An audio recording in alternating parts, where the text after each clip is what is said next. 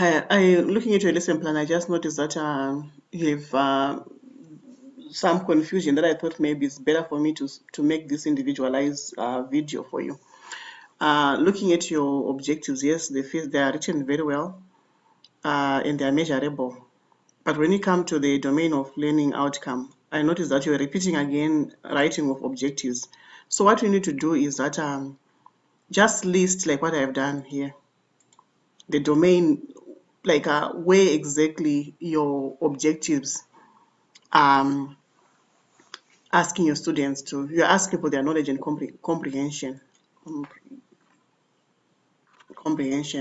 Why am I saying that? You said students will be able to identify weights. So if they are able to identify weights, let's check under the chart that we have here. I have this chart in a model in the model side, the week that we're discussing elements of an effective lesson plan. So I have this chart under that week. You can go back and look for it. So you have the word identify here. Here is the word identify here. And it's under knowledge, and also under comprehension we have the word identify. So depending on what you are doing, so these are the domains that you are looking for: comprehension, knowledge comprehension, application. You just have to list. So in your objectives, I noticed that you've used the word identify more than 3 times. But I have noticed that some of what you were asking students to do was to just remember previously learned knowledge and also to demonstrate an understanding of the facts. The word spell that you have used, also by spelling something, they're not really doing anything with them. You're just checking for their understanding or their comprehension. So I would say the word spell falls under comprehension. That's why I went here and just listed the 2 words, knowledge and comprehension. So what you are telling us is that all that you are doing in this lesson, you are looking for knowledge and comprehension of your students. That's what you're not looking for anything like applying or anything, because your objectives are not looking for that. So, but however, here at the end of your post assessment, I have noticed that you have got students who will write their measurements of their personal item in a letter form. So when you are asking now students to write, yet your objectives do not even show anything about writing, then what the problem that is there now is that your objectives are not aligned to the assessments. So if you are asking students to write at the end, you should also have an objective which says what? Students will be able to write what? Dash, dash, dash, dash. You finish that. That way, your objectives and your assessments are aligned. So what we are saying here is, for each and every objective that we have, you should be able to show us how are you going to assess, so that at least at the end of the day, I'll be able to say, and yes, they're able to identify what happens to a scale when you have objects versus light objects, whatever you're talking about. So how are you going to assess this? So for this one, the last one, so it means what you're going to do is, like in this last objective, try to combine some of the things that you have been doing, you have been talking about up there. So they're going to write a letter which explains, I don't know what you're going to explain, but make sure that you take some of the important concept that you were asking them before. That way, your post-assessment is covering all the objectives that we have here. I don't know if you really understand what I'm talking about.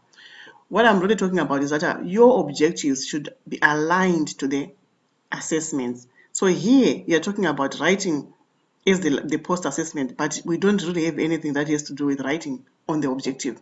So it means they are not aligned. So your procedures, your objectives, your assessment should be aligned. So for example, someone might say students are going to will be able to list dash dash dash dash dash as part of the objective.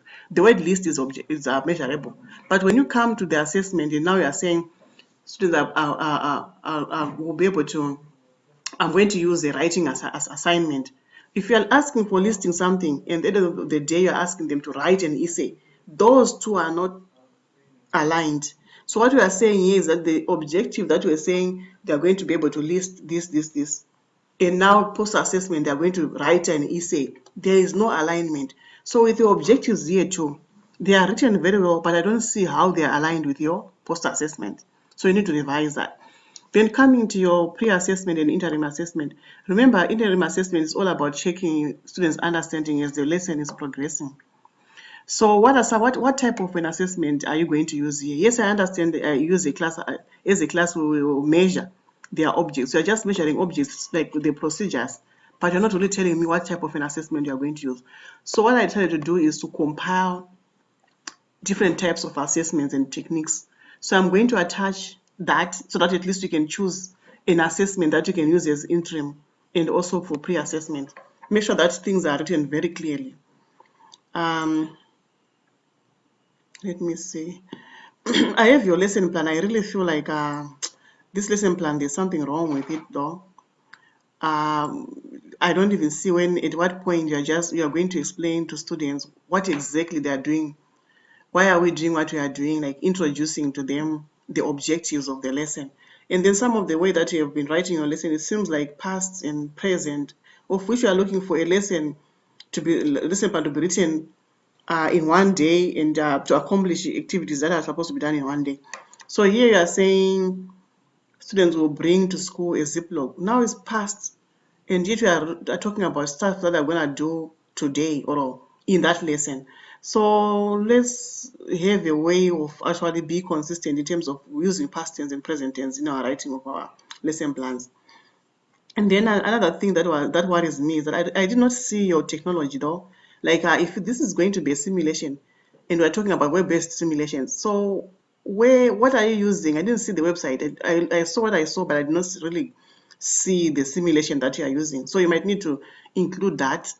And then again, I looked at your post assessment where you are saying that they will write a letter, isn't it? That is a post assessment.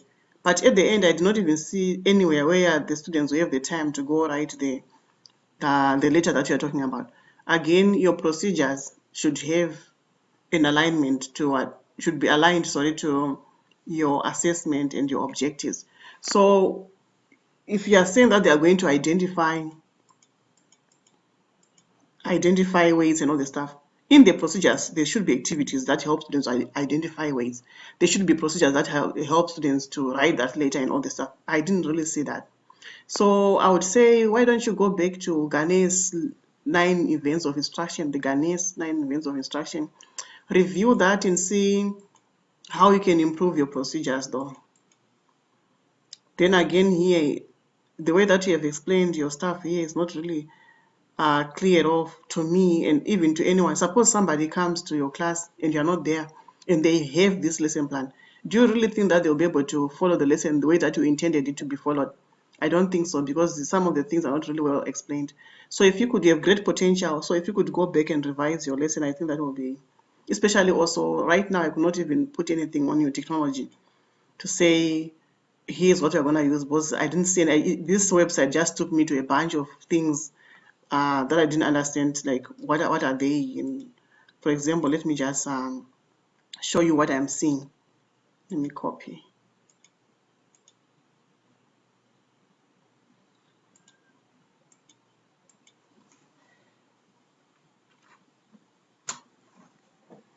This is what I see when I go to your website. So if someone is going to look for take your lesson let's suppose you have a sub coming to your lesson and they want to teach and they're not there, where do you think that they can understand where this website is going to take them?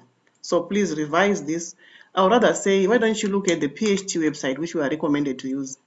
PHT, PHET, sorry, PHET simulations. This is well recommended for elementary school up to high school, this website. It says simulation. Why don't you look for simulations that can help you with fractions or whatever? Or else if you can show me exactly where the simulation is that actually goes with your lesson, that will be fine. As it is, I don't see anything. Another thing is like in your lesson plan, I don't see at what point you're asking them to go to the website, web-based instruction to learn something using technology. I didn't see that here in your lesson plan. So if you could revise that, that will help a lot.